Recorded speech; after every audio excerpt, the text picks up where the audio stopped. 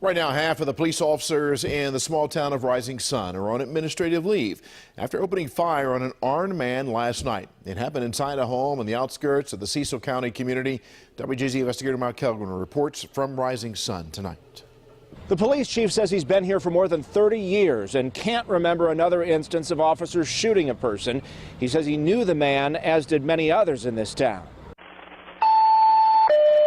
284 Little New York Road. A rare police-involved shooting has rattled the small northeast Maryland town of Rising Sun. Injured person resolved shooting. EMS Lieutenant 18 arrived at the scene. Around 7 Monday night, officers responded to a home on Little New York Road, a half-mile from the Pennsylvania border, for a report of an armed suicidal man with possible hostages.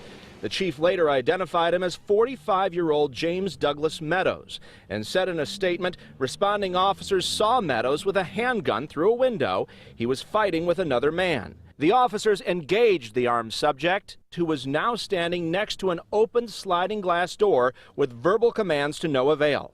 The subject refused to comply and turned toward the officers while raising the handgun.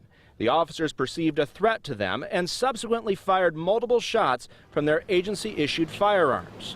Word of the shooting spread fast and stunned those who live in this tight-knit community. It's terrible, but, you know, nothing like that's happened so close to home. You know, you hear about it on TV, Baltimore and stuff like that, but not around here. I was shocked because it might be somebody I knew. We've been here for 3 years. Never heard anything like that, ever. Chief Chip Peterson later told WJZ all 3 of the officers who opened fire were wearing body cameras, and all are on administrative leave while Maryland State Police investigate. He declined to name the officers, but said one has 33 years of service, another has 22 years, and the 3rd officer had only been on the job for 3 months.